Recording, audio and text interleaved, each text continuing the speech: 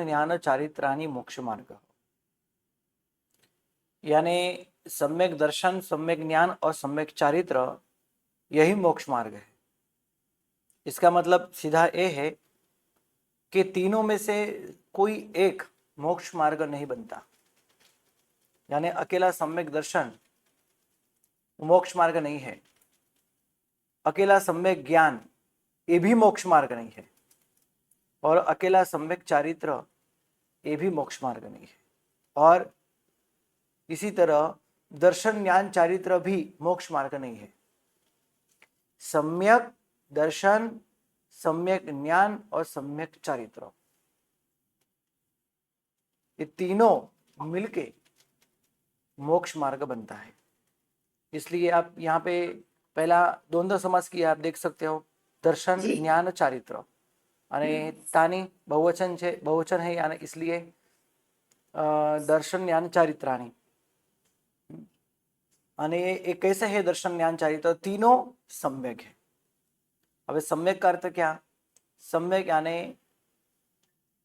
कि जो सत्य है वो, कि जो सत्य है वो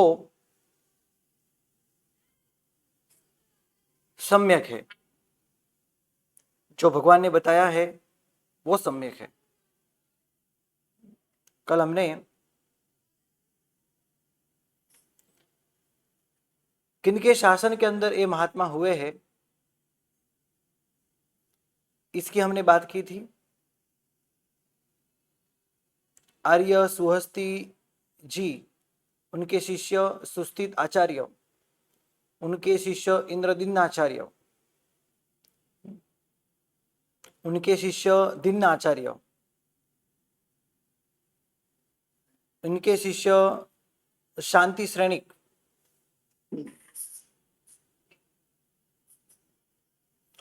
और ऐसा कहा जाता है जो शांति श्रेणिक हुए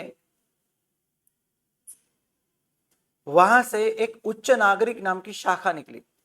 शाखा यानी छोटा सा एक भाग। जैसे आज के वर्तमान समय की बात करें तो तपागच्छाधिपति कौन है? जो गच्छाधिपतियों की भी जो गच्छाधिपति है, जिसको हम हाँ, मनोहर की सागर सूरी, हाँ मनोहर सागर, हाँ जी, वो अभी तपागच्छ के सबसे बड़े नायक है। अभी यह तपागच्छ चालू है, भगवान महावीर स्वामी के 44वीं पाठ परंपरा पर आए हुए जगत चंद्र सूरी, उन वहां से हमारा ये गच्छ तपागच्छ नाम से संबोधित हुआ। उसी नाम से उसको पहचाना गया, भगवान के शासन को, तपागच्छ, जो आज भी है। मुख्य शाखा मनोहर सागर सूरी है, उनकी प्रशाखाएं बहुत है। बोहन भानु का भी एक समुदाय है। हम वर्तमान समय में शाखा शब्द नहीं बोलते, उसके लिए हम बोलते हैं समुदाय। बोहन भानु का समुदाय है, रामचंद्र सूरी का समुदाय है, त्रिस्तुति जैन संघ का समुदाय है, ऐसे अनेक प्रकार के समुदाय है ना। समुदाय वही शाखा है। तो उच्च नागरिक नाम की एक शाखा वहां से निकली। सुहस्ती सूरी वीर भगवान निर्वाण होने के बाद, मैंने कल कहा था कि 300 साल के अंदर ये सब कुछ हुआ है, मतलब 291 वर्ष में उनका स्वर्गवास हुआ, आर्य सुहस्ती सूरी का। और उनसे जो चौथी पीढ़ी हुई,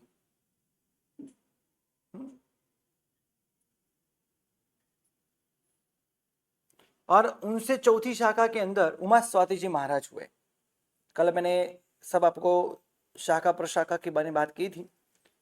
उनके पास उनका अभ्यास हुआ है, पढ़ाई उन्होंने किसके पास की है, दीक्षा किसके पास ली है, उनके दादा गुरु कौन थे, जिनके पास उनकी पढ़ाई की उनके दादा गुरु कौन थे। लेकिन उनका वीर निर्वाण के बाद एग्जैक्ट समय कौन सा है, 300 साल, 302, 304, 310, वो परफेक्ट हम नहीं कह सकते। लेकिन ये 300 साल के आजू बाजू ही ये हुए हैं। आर्य सुहस्तीश्वरी उनके चौथी शाखा, उमास्वाती उनकी चौथी पाठ परंपरा, चौथी पीढ़ी ऐसा कह सकते हैं, वहां उमास्वाती जी महाराज हुए। इस तरह वीर भगवान के निर्वाण से 500 साल के बाद अलग अलग समुदाय, अलग अलग पंथ निकले। जैसे दिगंबर मत है, अलग पंथ है वो। इसलिए ये जो तत्वार्थ अभिगम सूत्र की रचना हुई, ये वीर निर्वाण के बाद 300 साल के आजू बाजू ही हुई है। इसलिए उस समय कोई समुदाय आदि नहीं थे।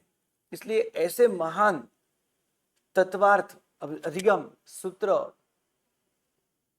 को सब ने मान्यता दी और सब उनको पहचानने लगे, और सब ने ये जो तत्वार्थ अभिगम सूत्र है उसको मानने लगे। 500 वर्ष के बाद, वीर निर्वाण के 500 वर्ष के बाद, विक्रम राजा के पहले 100 साल के अंदर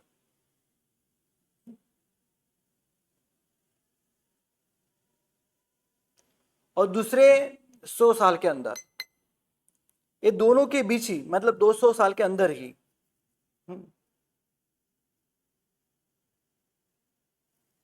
एक ग्रंथ की रचना हुई है, और सबसे ज्यादा ये ग्रंथ प्रसिद्ध हुआ है। उस समय की मैं बात करता हूं, 200 साल, मतलब वीर निर्वाण के बाद 200 साल के अंदर इसको बहुत ही ज्यादा मान्यता दी गई, तत्वार्थ अधिगम सूत्र। दिगंबर जो संप्रदाय है, समुदाय अलग संप्रदाय अलग, एक ही समुदाय के अंदर अलग अलग शिष्य प्रशिष्य आचार्य आदि होते हैं। संप्रदाय बहुत अलग है, मतलब अलग होना, सबसे अलग जिनका चरित्र होता है, चारित्र होता है। जैसे श्वेतांबर संप्रदाय और दिगंबर संप्रदाय, ये दोनों संप्रदाय अलग अलग है।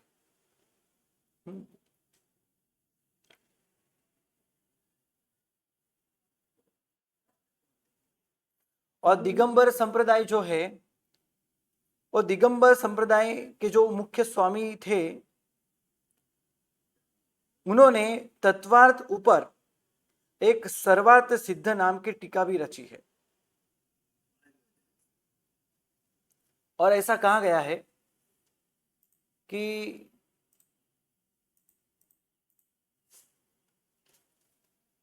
विक्रम राजा के 5वीं और 6वीं शताब्दी के अंदर ये सबसे ज्यादा प्रसिद्ध हुआ था। सर्वार्थ सिद्ध नाम की ये जो दिगंबर आचार्य ने बनवाई थी टीका, वो ऐसे कुछ विद्वान कहते हैं। परफेक्ट तो टाइम कोई कह नहीं सकेगा।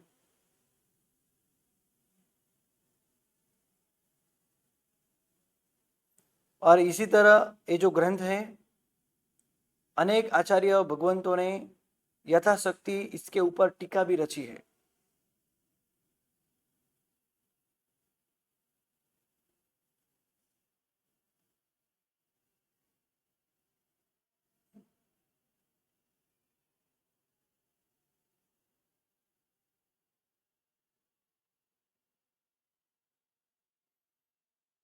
इस तरह इसी ग्रंथ के ऊपर कब कब किसने टीका ग्रंथ रची है इसके ऊपर, जैसे उमा स्वाति जी महाराज है जो मूल करता है, उन्होंने सोपक ने भाष्य टीका इसके ऊपर रची है।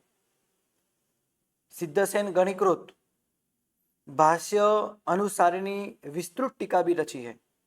हरिभद्र सूरी महात्मा कृत भाष्य अनुसारिणी 5.5 अध्याय की एक टीका है, जो आज हमको में हमारे पास है। इसके ऊपर की टीका लुप्त हो चुकी है। श्री यशो भद्र गणिकृत भाष्य अनुसारिणी शेष अध्यायों की टीका भी है। उपाध्याय जी यशो विजय महाराज साहेब, उन्होंने भी भाष्य अनुसारिणी प्रथम अध्याय की टीका रची है।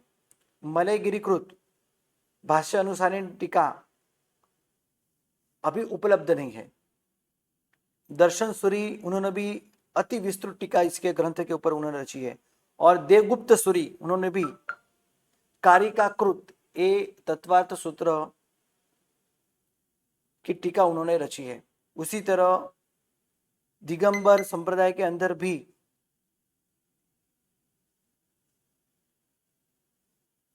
सर्वार्थ सिद्ध नाम की टीका, तत्वार्थ वार्तिका अलंकार, श्वेत वार्तिक, संस्कृत टीका, गंध हस्ती टीका, बहुत सारे टीका इस ग्रंथ के ऊपर उन्होंने अलग अलग महात्माओं ने बनवाई है। दिगंबर संप्रदाय के अंदर भी बहुत है और हमारे श्वेतांबर संप्रदाय के अंदर भी बहुत है।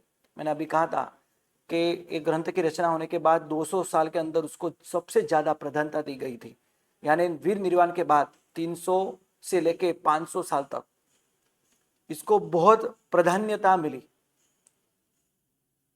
और इसी ग्रंथ के 2 टुकड़े हुए, ऐसा भी हम कह सकते हैं। 500 साल के बाद ये दिगंबर संप्रदाय जो हुआ, उन्होंने भी अलग अलग उनकी तरीके से उन्होंने टीकाएं रची। इसलिए जो हमारा भूगोल है, जो हमारा शास्त्र है, वो दिगंबर संप्रदाय से बहुत अलग होता है। दोनों संप्रदाय मिलजुलते नहीं है, टीका दोनों की अलग अलग है। टीकाओं के अंदर जो शास्त्र पदार्थ बताए हैं वो अलग अलग है। जैसे उदाहरण के तौर से मैं समझाऊं एक बात, जैसे कि जम्बू द्वीप जो है, वो जम्बू द्वीप के बाहर नहीं, अड़ीद्वीप जो है, अड़ीद्वीप के बाहर जो है सूर्य चंद्र की उपस्थिति कैसी है? 50-50 हजार योजन के अंतर में सूर्य चंद्र रहे हुए हैं या 1-1 लाख योजन के अंतर में सूर्य चंद्र रहे हैं। तो दिगंबर संप्रदाय अलग बात करते हैं और श्वेतांबर संप्रदाय अलग बात करते हैं। इसी तरह इसके अंदर बहुत टीकाएं हैं, अलग अलग बात, अलग अलग शास्त्र के अंदर हमको ये जानना मिलता है। तो प्रथम सूत्र जिसका अर्थ हमने देखा, सम्यक दर्शन ज्ञान चारित्र आणि मोक्ष मार्ग। सम्यक दर्शन ज्ञान चारित्र ये मोक्ष मार्ग बताया है, यही रत्नत्रयी है, वही मुक्ति का मार्ग, सच्चा मुक्ति का मार्ग है। सम्यक यानी सत्य। अभी सत्य क्या है? भगवान महावीर स्वामी के समय में तो दिगंबर संप्रदाय था ही नहीं, ये तो 500 साल के बाद आया है। और उनके जो ग्रंथ है, उनकी जो टीकाएं हैं वो बहुत अलग है, राइट। लेकिन जब भगवान महावीर स्वामी थे तो तब पदार्थ तो एक ही थे, और ऐसे सत्य पदार्थों को स्वीकारना उसे ही सम्यक कहा गया है। सत्य यानी सम्यक, सम्यक दर्शन ज्ञान चारित्राणि। दर्शन यानी क्या? तो दूसरे सूत्र के अंदर इसकी बात की जाती है।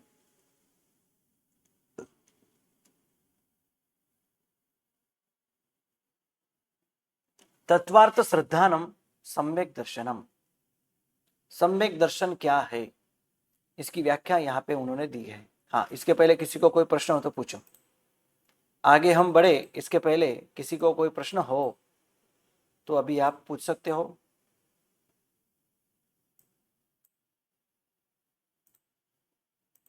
जी बोलो।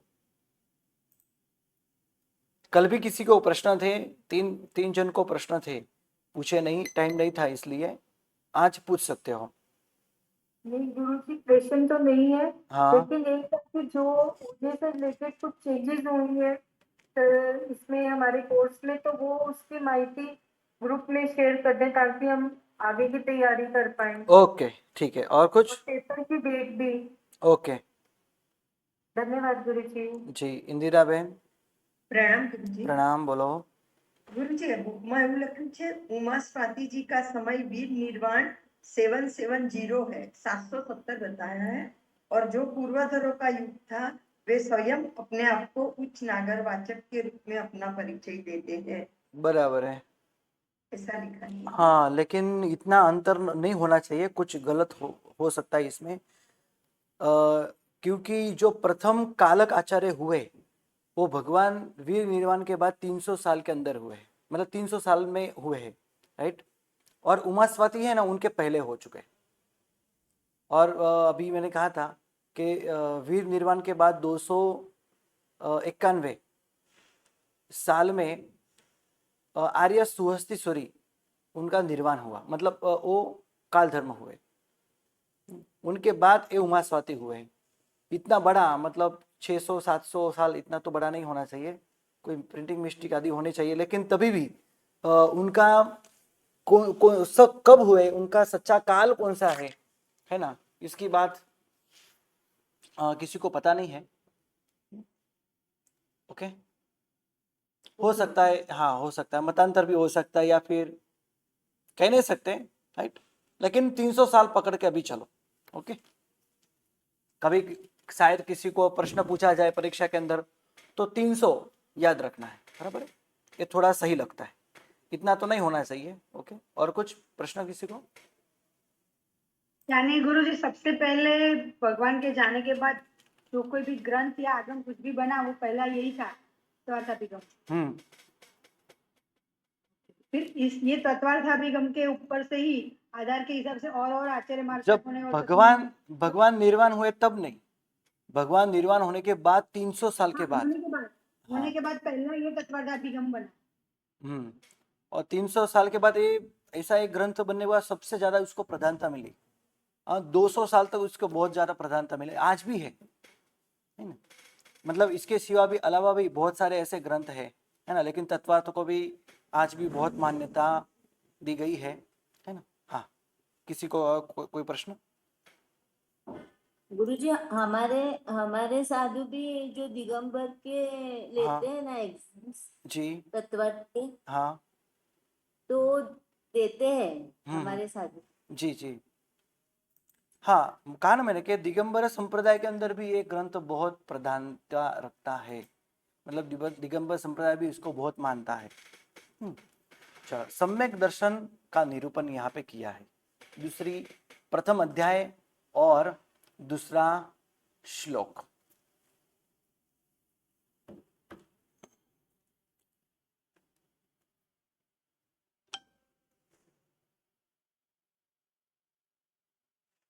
एक बार आपको मैं बता दूं, इसके जो अध्याय है 10 अध्याय टोटल है, और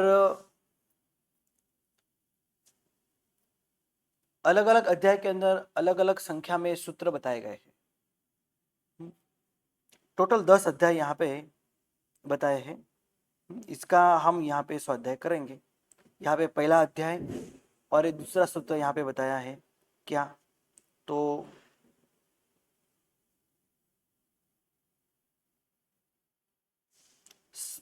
तत्वार्थ श्रद्धानम सम्यक दर्शनम। यहाँ पे तत्व, अर्थ, श्रद्धान और सम्यक दर्शनम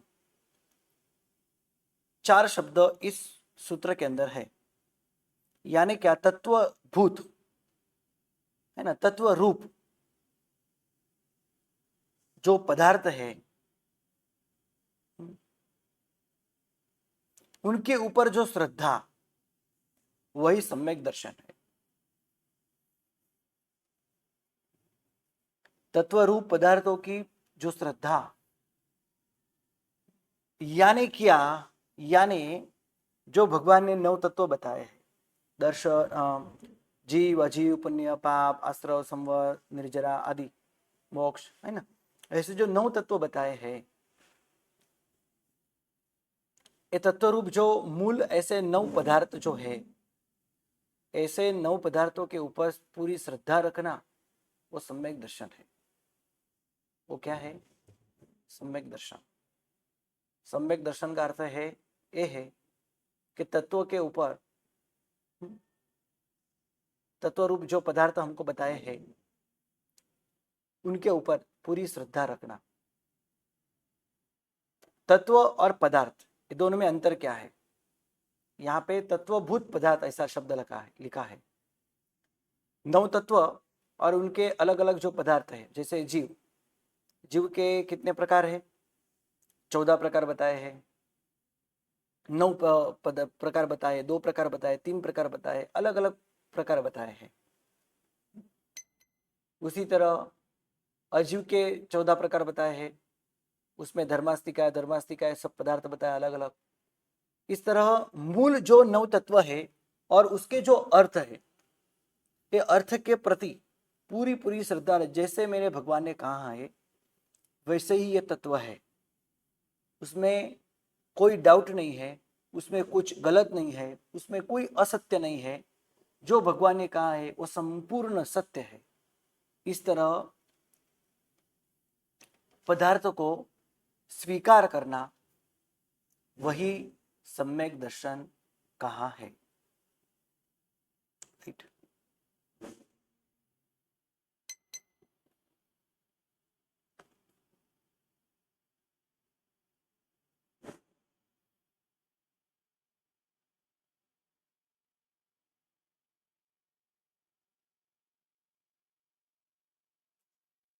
सम्यक दर्शन के भेद, सम्यक ज्ञान क्या है और इसी तरह सम्यक चारित्र क्या है, उसके भी भेद प्रभेद आपको आगे बताएंगे।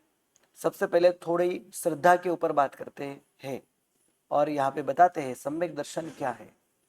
तो सम्यक दर्शन मतलब इसका अर्थ यहाँ पे समझाया, उसके प्रकार कितने हैं। तो तत् यानी सम्यक दर्शन, तत् निसर्गात अधिगमात वा, यानी इसको इस तरह हम बोल सकते हैं तन निसर्गात अधिगमात वा, तन निसर्गात अधिगमात वा, यानी तत् निसर्गात अधिगमात वा। तद यानी क्या, सम्यक दर्शन। सम्यक दर्शन के निसर्ग सम्यक्त्व और अधिगम सम्यक्त्व, इस तरह 2 भेद हो सकते हैं।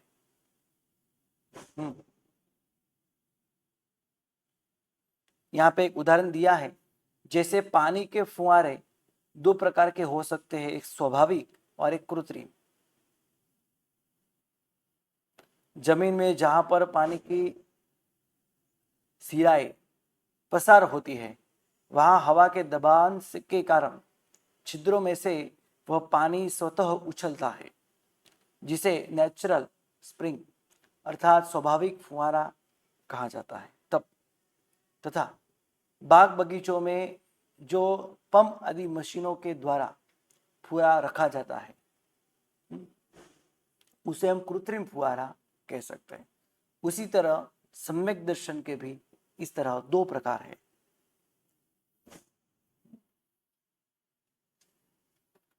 निसर्ग सम्यक्त्व और अधिगम सम्यक्त्व। निसर्ग यानी स्वभाव, यहाँ पे बताते जैसे कि गुरु के उपदेश के, जिनेश्वर परमात्मा के या प्रतिमा या आकृति आदि बाह्य आलंबन के बिना ही तथा भव्यत्व के परिपाक से जो सम्यक दर्शन प्राप्त होता है, वही निसर्ग सम्यक्त्व है।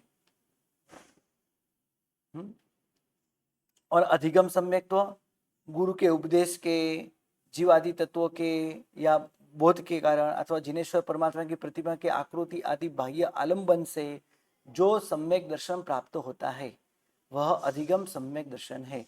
यानी सम्यक दर्शन तो एक ही प्रकार का है। सम्यक दर्शन यानी सम्यक दर्शन यानी तत्व के प्रति श्रद्धा, यानी वो श्रद्धा 2 प्रकार की हो सकती है। इसी तरह स्वाभाविक होना कि ये मतलब ये सत्य लगना है ना, देखने के बाद समझने के बाद ये सत्य लगना, यही सत्य है, ऐसा लगना, ऐसा अंदर से फीलिंग होना, उसे निसर्ग सम्यक्त्व कहा गया। और अधिगम, अधिगम यानी किसी के आधार से, अधिगम यानी क्या, आधार, किसी के सपोर्ट से हमको सम्यक दर्शन की प्राप्ति होती है। यानी जैसे गुरु भगवान उपदेश देते हैं या 9 तत्व आदि की बातें हमको पता चलती है, कोई समझाते हैं, या भगवान की प्रतिमा देखने के बाद हमको कोई बाह्य ज्ञान होने के बाद, इस तरह किसी अन्य पदार्थ के आलंबन से हमको जो सम्यक्त्व की प्राप्ति होती है, भगवान के तत्व के प्रति जो श्रद्धा होती है, उसको अधिगम सम्यक दर्शन कह सकते हैं। यानी सम्यक दर्शन तो सम्यक दर्शन ही यानी श्रद्धा स्वरूप है। वो स्वाभाविक होना यानी किसी के उपदेश आदि बाह्य आलंबन के बिना होना, तो उसे हम कहेंगे निसर्ग सम्यक्त्व, और आलंबन आदि से होना उसे हम कहेंगे अधिगम सम्यक दर्शन।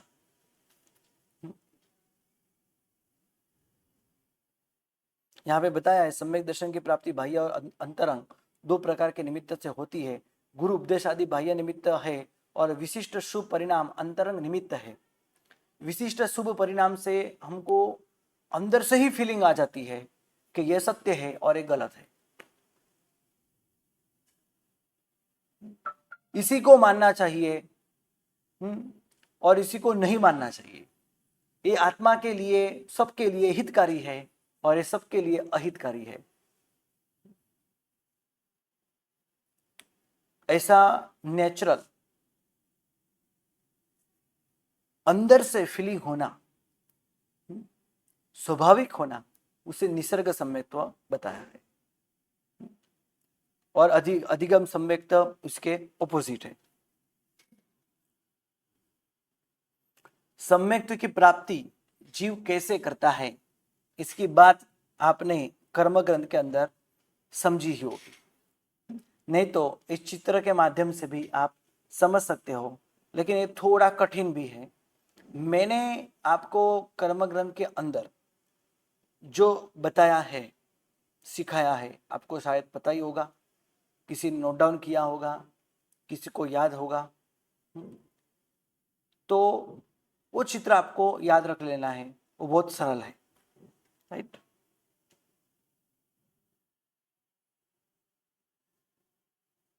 सबसे पहला जीव यथाप्रवृत्तकरण करता है, इसके बाद ग्रंथि भेद करके अपूर्वकरण करता है, बाद में अनिवृत्तिकरण करता है, और इसके बाद सम्यक दर्शन की जीव प्राप्ति करता है।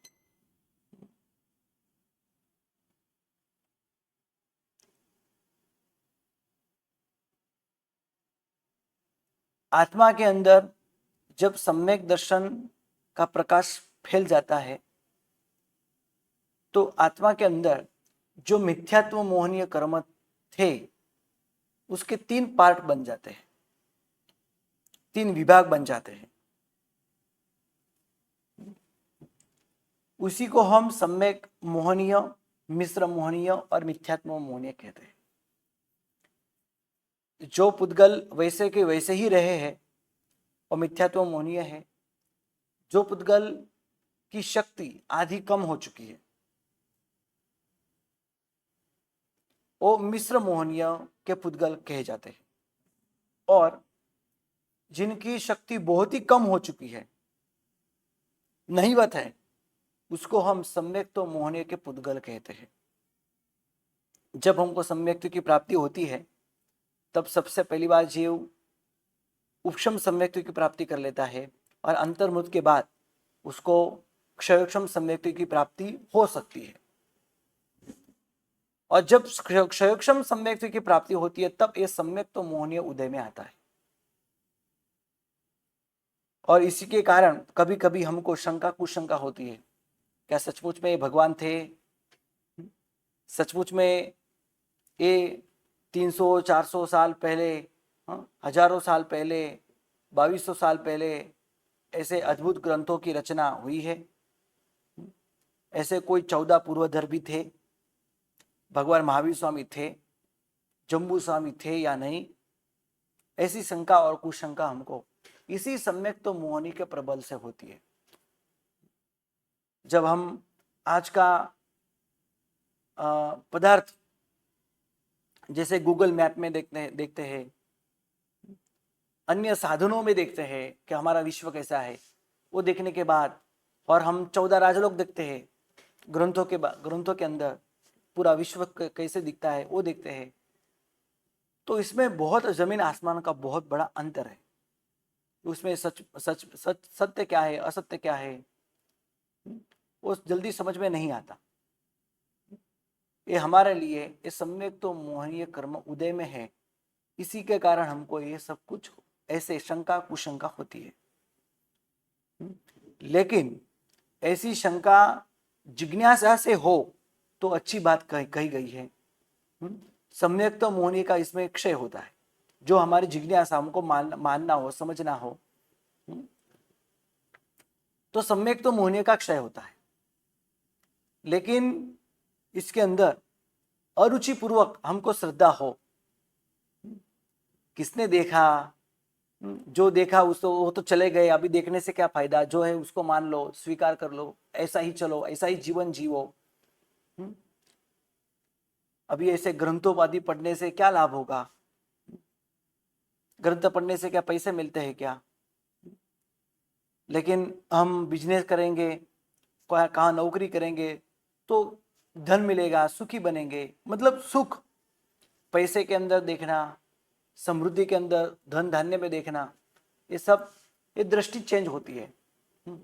और इसी तरह अरुचि पूर्वक भगवान के तत्वों को नहीं मानना, तो वो सम्यक दर्शन नहीं है, वो मिथ्यात्व मोहनीय कर्म है। और भगवान के तत्वों पे के प्रति हमको कभी कभी रुचि भी नहीं होती, अरुचि भी नहीं होती।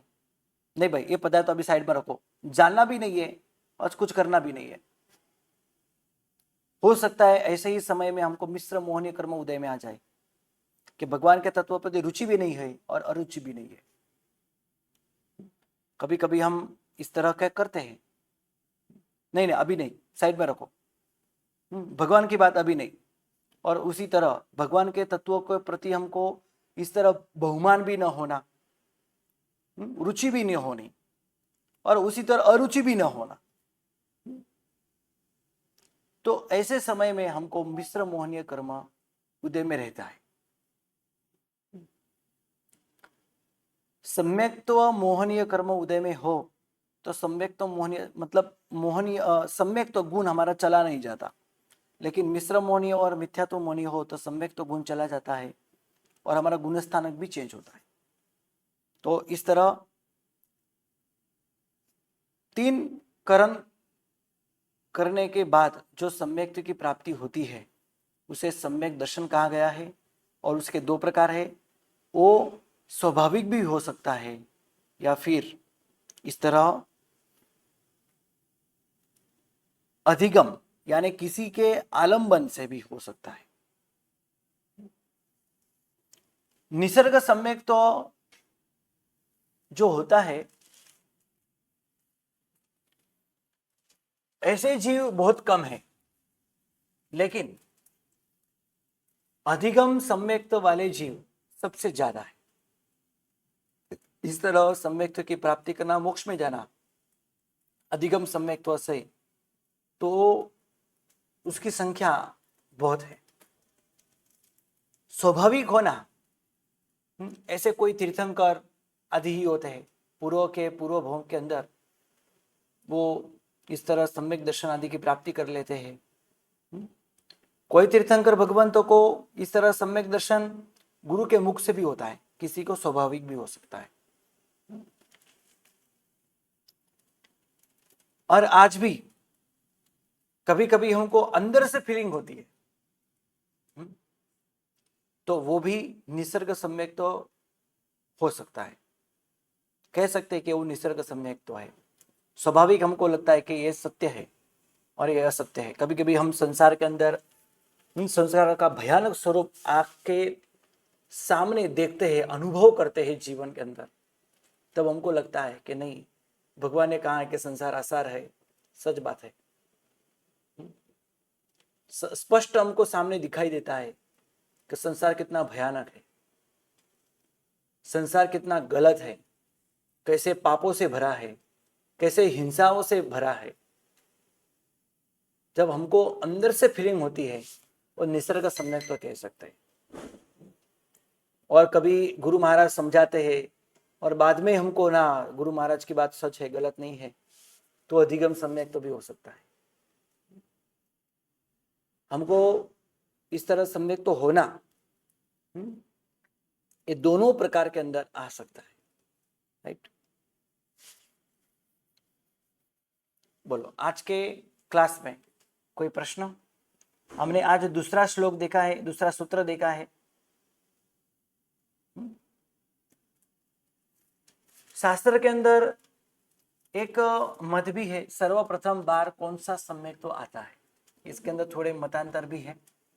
कर्मग्रंथ के मत अनुसार अनादि मिथ्या दृष्टि जीव सर्वप्रथम उपशम सम्यक तो ही प्राप्त करता है, जबकि सिद्धांत के मत अनुसार अनादि मिथ्या दृष्टि जीव सर्वप्रथम उपशम या सयोक्षम सम्यक तो प्राप्त करता है।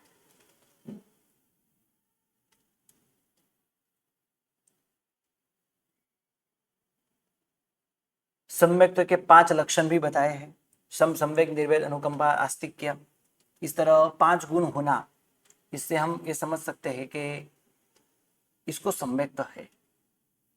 कल इसकी विशेष बातें हम करेंगे, और भी सम्यक्त्व के 2, 3, 4, 5 ऐसे प्रकार बताए हैं।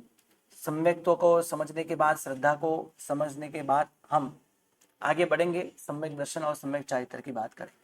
किसी को कोई प्रश्न?